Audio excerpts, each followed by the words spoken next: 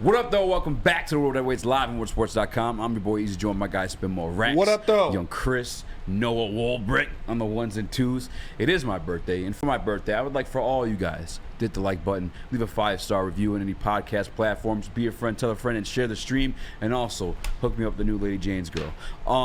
We got a special guest joining the show. It's my guy, the one, the only, the legendary, got it out the mud, Dose of Dion. Shout out. Hey man, hold up. Easy, man. Easy, it's your birthday, man. I had no idea. Happy birthday. Man. What's your birthday wish, man? What are you wishing for? Lions Super Bowl. Okay. Victory. Lions victory. Lions Yeah, that was Lions kind of victory. basic. I ain't gonna Lions lie, Super Bowl man. victory. It's a good wish, right? Okay. I mean, I'll take it. Yeah. Let's do it. What'd you guys expect? I don't know. I expected something out there. I mean, you know. I got. You didn't have to go Lions with that. Someone came through the gift last night. It was. That was a wish. There you go. Wish come true. Okay. Some other things floating around there. You got me thinking now. I'm just trying to think of other birthday wishes. Dion, man, I appreciate you joining the show.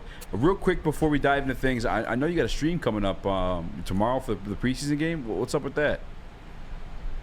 Yeah, man. So I think it's going to happen throughout the season, but I know for sure for 2 of the 3 preseason games, we're going to be live post games. We're going to be on Bleacher Report. My link is always, I just throw it in my community, but we started doing that a little bit this offseason, and I think for most of the season, it's going to be that. You know, I'll update the dates for sure, but definitely this Friday, we're going to try it out. As soon as the game ends, we'll be on Bleacher Report for like 30 minutes, just talk about the game. Hell yeah. That's dope, man. That's real dope, man. Congratulations. For real. How'd that come about versus I appreciate it. Thank YouTube? Man, they kind of just reached out to me, and you know, it was like a year ago. Man. We would kind of just, it is. I mean, it was just kind of like a random show we did, and they seemed to go pretty well. You know, the chat made fun of my facial hair a little bit, so that part was a little frustrating. But outside of that, man, it like I think it, you know, went well. And they're like, all right, yeah. So like let's continue, man. So I'm just excited for the opportunity, and I appreciate them.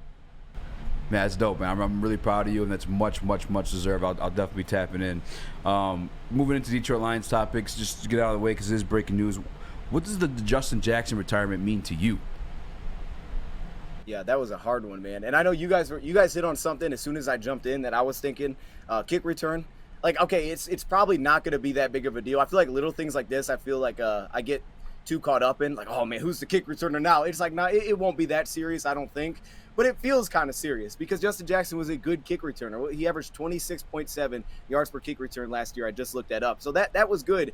Outside of that, just reliability. You know, he felt like the perfect backup behind Jahmyr Gibbs. And then Craig Reynolds, who kind of felt like the number 3 before, you know, we kind of stopped seeing it at practice, felt like the great backup for David Montgomery. And then outside of that, it was like, I don't really know how this shakes out. Now, all of a sudden, I have no idea how this thing goes down. You know, I think it's just wide open for everybody. We got all these running backs coming in really quickly here. And it feels like it's kind of following the trend of the last 2 years. You know, last 2 years, it's been Justin Jackson pops in preseason. You know, after coming in late, he makes the team. Craig Reynolds, you know, he pops in preseason, we bring him back. So someone's just going to get that chance now. But that's not going to be an easy thing to replay. I guess it's you too. Like Ibrahim, is he looking to make a running back? Yeah, free now? you think he'll be able to squeak in there now? I mean, it's a lot more open, like you said. Do you think Ibrahim will be able to make a push for that spot?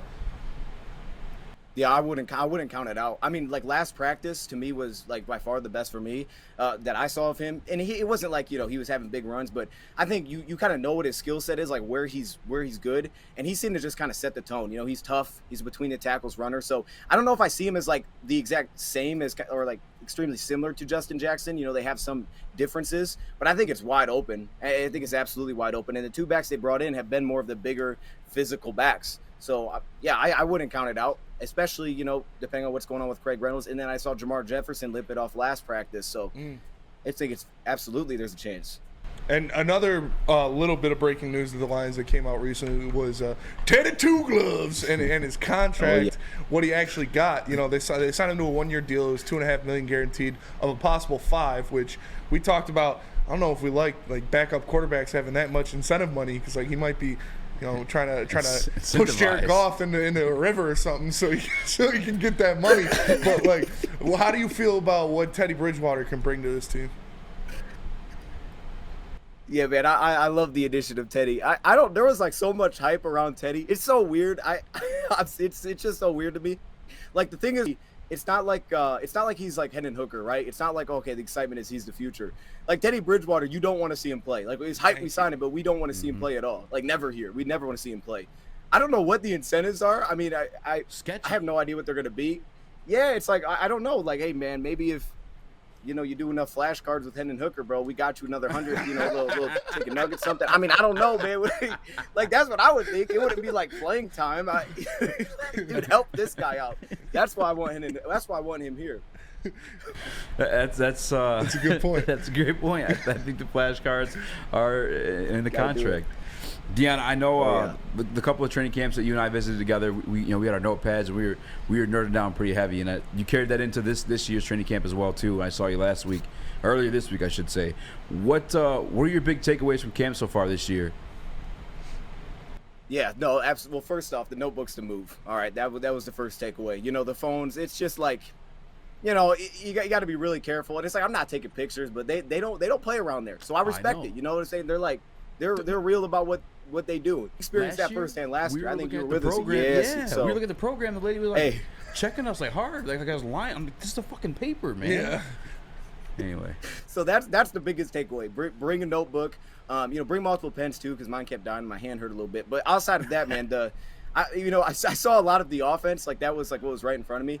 I thought the big thing was Sam Laporta. When they kind of went to a lot of the like up tempo 2-minute drills, some situational drills, to see like him really explode within that, and like a lot of the passes, because St. Brown, they like to go there. It's like, hey, first play of this possession, we're going right to St. Brown to get it going. But to see Laporta kind of inject himself into the the rhythm of the first team offense has been huge. And then obviously because of that, you get all the personnel looks. I mean, it kind of sounds basic to say, but when you see Montgomery out there with Gibbs at receiver, it's exciting. And then you see Laporta come out there with Rock and James, and you're like, oh, this is completely different.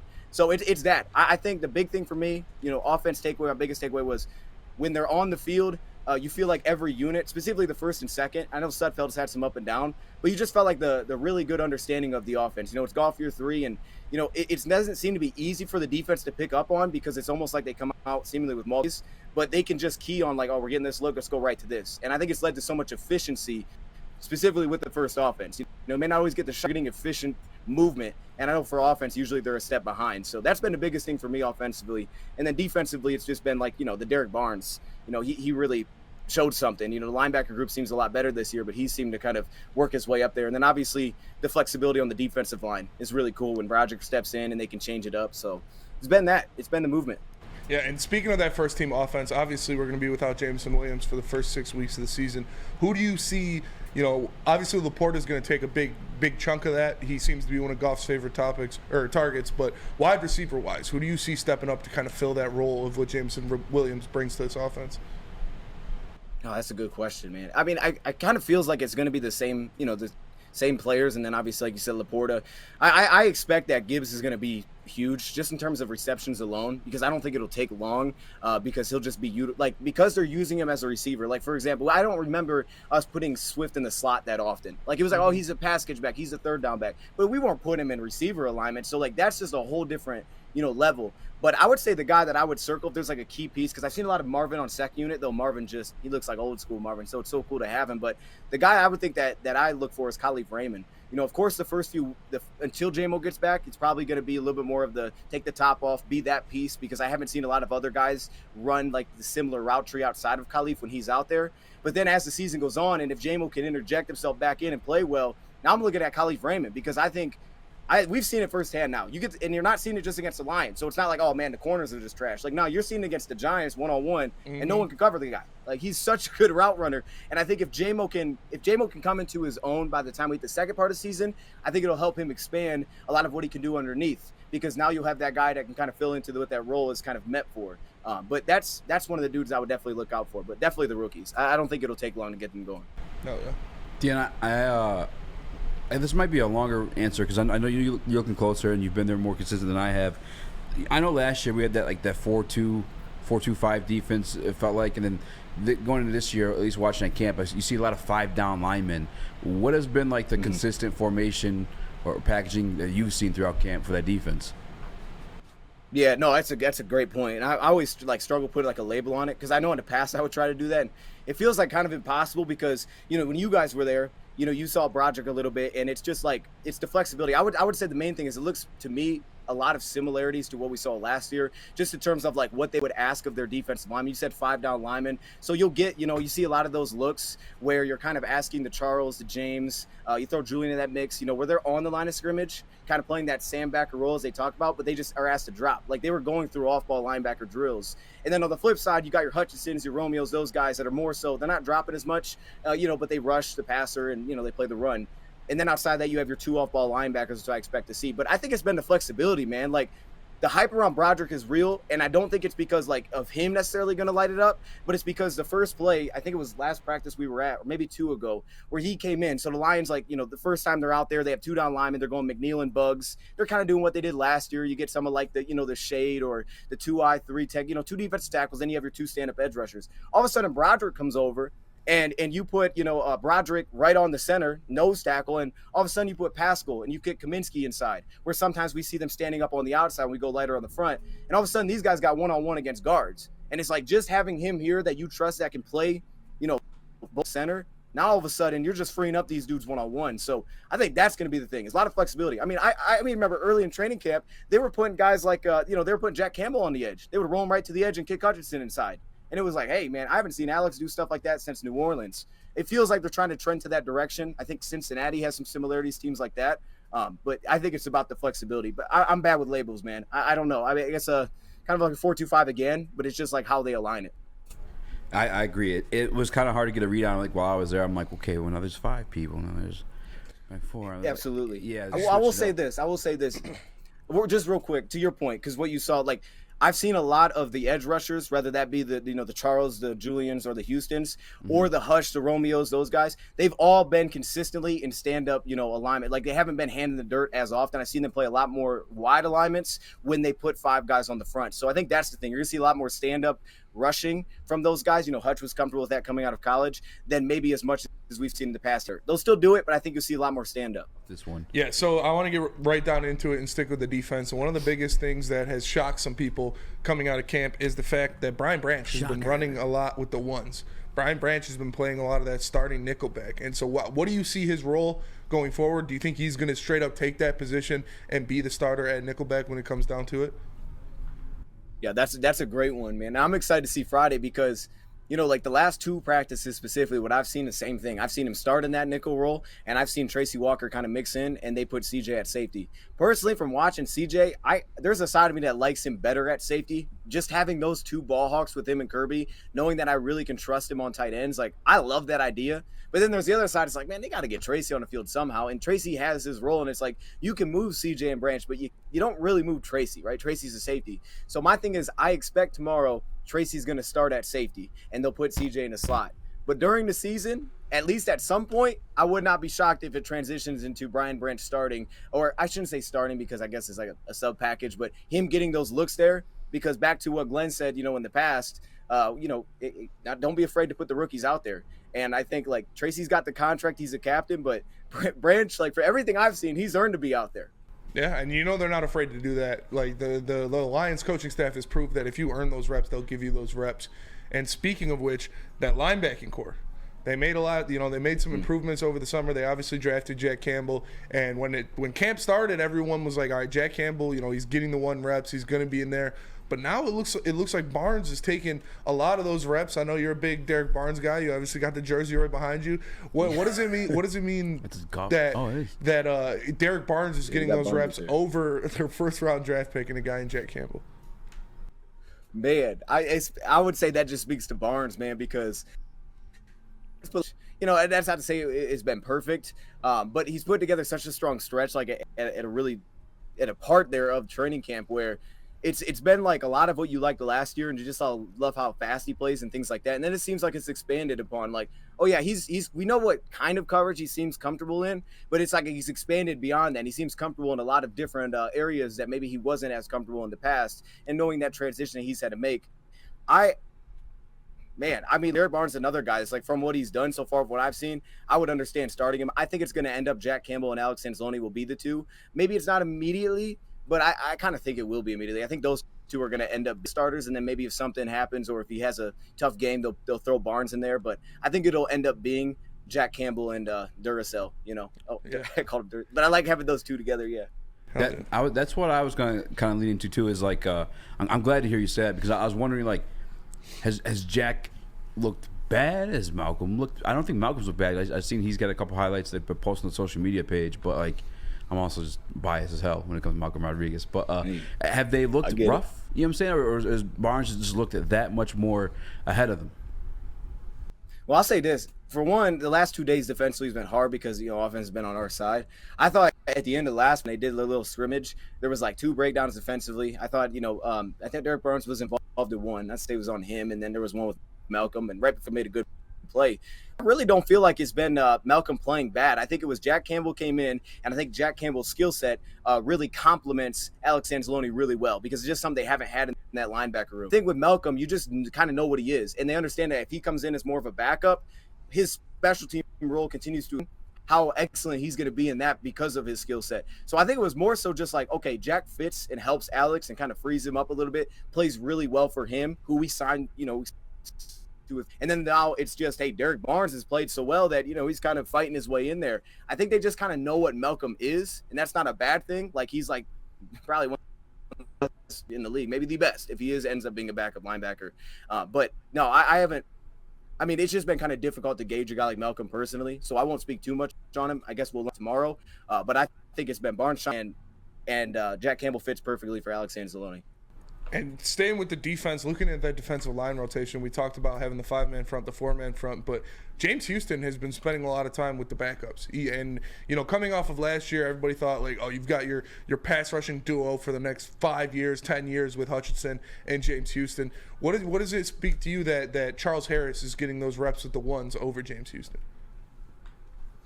Yeah, that's okay. Here's what I would say about that. This feels one where it's like they spoke so highly about Charles, right, coming into this year, and what it meant not having him last year, and how like specific James Houston's role had to be. I'll say this: I think they have a role now for Charles that James is going to thrive in. I think the additions of Broderick and then having the Pascals and those pieces, the Kaminsky coming back, like those pieces are going to, I think, bring the best out of James, because that's why he, it's a big part of, I think, why he went and drafted, because he was such a weird fit. But I think they have found a spot that's going to work for him, and I liked a lot from what I've seen. I thought run defense early was kind of hit and miss, so that'll still be something that has to pick up on. But with that, like, for where he's aligning, I think it's going to be the best spot for him. Like, you might have to deal with, tight ends, but they're trying to keep you clean out there on the edge. So I think what's going to happen is, Charles is the guy, but I'll tell you what, if James Houston's lighting up preseason, it's probably going to be quickly that James Houston just gets the snaps, in my opinion. Yeah, we were kind of talking about that yesterday too. Like, Houston seems like a game time guy. I don't know if like his game is. And this sounds weird to say. I don't even know if it's like a real. He's a gamer. Yeah, I mean, it sounds cheesy. It sounds corny to say. Maybe he's a little bit too aggressive. They can't display that stuff with his own teammates in practice. But like, it's just weird because we've seen it in game at a consistent level too. So to see him in the practice field kind of fall back and not get it's weird to me. No, I mean, I get it. I would say this because of that position is weird, right? Like when you guys were there, it's like hard to judge the run game. And I think one thing that we know just historically, or just based on what we've seen from James, is and his body type. Like, we know what we can get out of Charles specifically against the run. And it's hard to kind of gauge that in training camp. So we'll see what he does in the preseason when it's, a little bit different, or maybe when it gets a little bit less vanilla in terms of how teams are rushing at you and how they attack you. So I think it's kind of like the confidence. We know what Charles is going to be. But to your point, who would I rather have out there rushing the passer? It's, of course, James Houston, like absolutely that guy. And you see new ways that he's winning this year. So like maybe that's what it's going to come down to. Like, where's the consistency at against the run? Kind of makes me think of Julian a little bit, like in the same way. But it's just like, I feel like you can't get a great gauge on it necessarily here when you're looking at training camp. And tomorrow we should start to get a really good sense of it. Starling Thomas, Dylan Drummond, give us your takes on those guys. And just Brett Holmes continuously finding these types of players year after year, late in the draft, and even just off of the streets. This guy's nuts. Yeah, no, I don't. It's crazy, man. It really is. Here's what I'll say. This is my opinion on Starling. This is why I think it's working for him. I think it's working because he landed in the perfect place. And then that's because if you look at how we allow our cornerbacks to play, we allow our cornerbacks to be smaller. One thing about Starling coming out was a lot of people thought, man, he's got to kick inside. And I think there was even a lot of thoughts about that with Jerry as well. The thing with Starling is he probably still could have been drafted, but if you notice guys that they feel like are like really just a nickel player, they don't go as high as you would think, right? For example, Brian Branch, he was dropping in the second round, and it was like, why is this dude dropping? He's such a good football player. But it's like, oh, well, it's the position. But now it's kind of turned into that position is normal. And I think with Starling, a lot of people view that that's what he's going to have to be. But he played on the outside in college and then competition. But I think because with the Lions and the way we allow our guys to play coverage, Cam Sutton's undersized, and he's not as fast or as explosive as Starling is. Jerry Jacobs is not a big cornerback. Like Emmanuel Mosley's not a big cornerback. So it's allowed Starling to just kind of pop in and like, no, you do outside well. We got our inside guys. You can just prove you can play on the outside. We're just going to let you do it. We're not trying to pull you out of there. And the one that I'm curious about this year specifically is Chase Lucas to see if he gets some of those reps because I think that's where he's going to have to prove himself because the other spot is kind of taken. So I think he's landed in the perfect spot, and he's got all the athleticism to be fine out there. I mean, some guys, we have, it's like, oh, okay, do you trust him against a speedy receiver? I trust him. He's extremely athletic. And then Dylan Drummond, man, I think the big thing has been it's not been as flashy as it is just he feels so consistent. Like this dude, yeah. when the first time he was working, they were doing like a 7-on-7 or a 5-on-8. It was something like that. And they had Dylan Drummond out there catching passes, and he had back-to-back receptions with Goff. And I'm like, hold up, this is huge, man. Like him getting out there just at all is big time. And I think that's what it's been. Like he's not dropping anything. Basically, he's had a couple, but it's not been anything dropped. They've all been forced.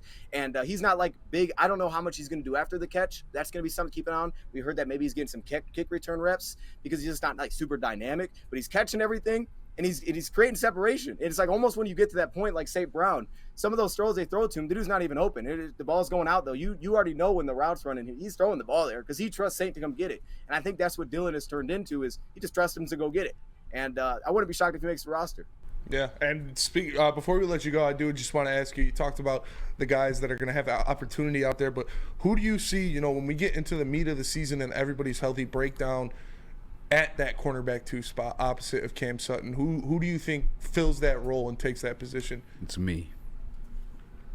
Yeah, that was going to be my first choice. So this was this wasn't a good question, to be honest with you. I mean, the answer was right next to you. You know what I'm saying? I don't know. Easy come on, this is what you got me on for real? No, man.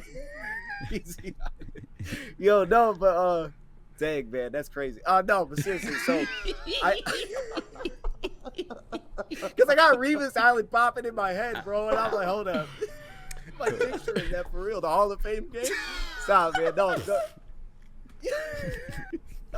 Here's the thing, though. So I would say I would expect Jerry Jacobs is definitely going to start because Mosley's just not here.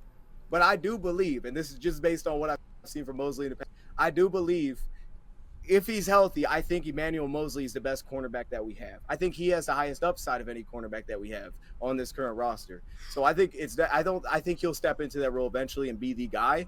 But I think originally it's going to be Jerry because if you just like, I say it all the time, but if you just look at when Jerry came back last year, obviously he wasn't the only guy. Kaminsky came back, so that was big. But the defense completely flipped. It wasn't perfect, but it got a lot better. And I think that's all they're looking for is just like, can we trust the dude on the outside? So they'll roll with Jerry. But I think Mosley starts splashing. They'll be like, okay, well, we're going to get that guy in somewhere. Yeah. A lot of guys that got some hype just because of his draft, which is kind of happens. Guys get drafted high. There's always those higher expectations, even when they kind of fail in the beginnings. But Denzel Mims has been kind of like a project, trying to revitalize his career here in Detroit. Every time I've been at camp, it's not noticeable. And I know the one day he sat out, but like still, even with the pads on, it's crazy to think like knowing he had that speed and just watching him fail to get separation was just like just weird to me. What has been your observations of him, and do you think he makes this team?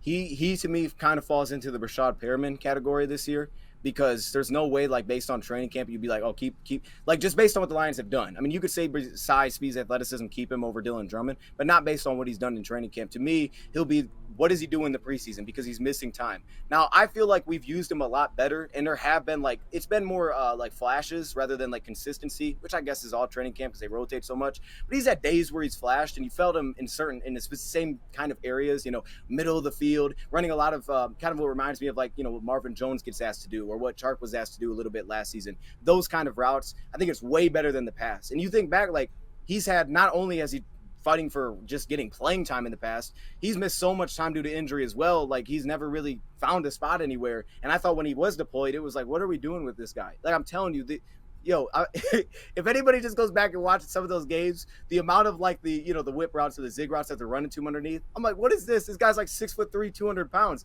He's like the biggest dude that we have. I think they're using him a lot better here, but I think it's going to come down fully to preseason. Yeah, and speaking of which, tomorrow is that first preseason game against the Giants in Ford Field. What are you looking for the most? What do you want to see coming out of that preseason game? Well, I want to see Easy at corner. I think that was going.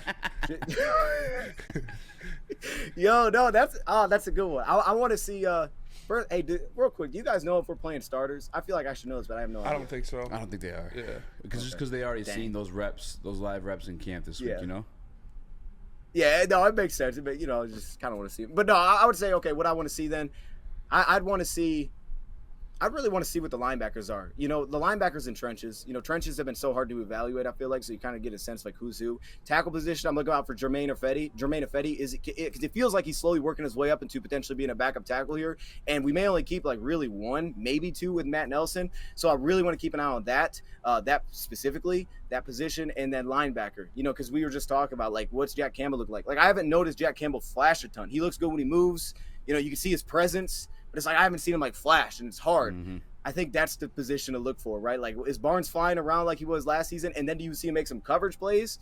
Because, Barnes, like, I think he complements build-wise Alex really well. Because remember when they drafted, they said that's our Mike, but they had already signed Alex. But It was just like it took some time. So to your question earlier was a good question. Like, I think there is a legitimate chance. If he does ball out, maybe he would be the first guy out there with Alex. So those two. And then you're going to be there at the game tomorrow, right? Oh, no, you're doing the stream. Nah, I won't be there. I got the stream, man. Excuse me. Yeah. So you're streaming you guys going? Yeah, we're going to be there. Front row and end zone. Bless you, sir. Jeez. Oh, that's right. That's right. Okay. Yeah, that's fire. You probably get some autographs down there, too. Final question.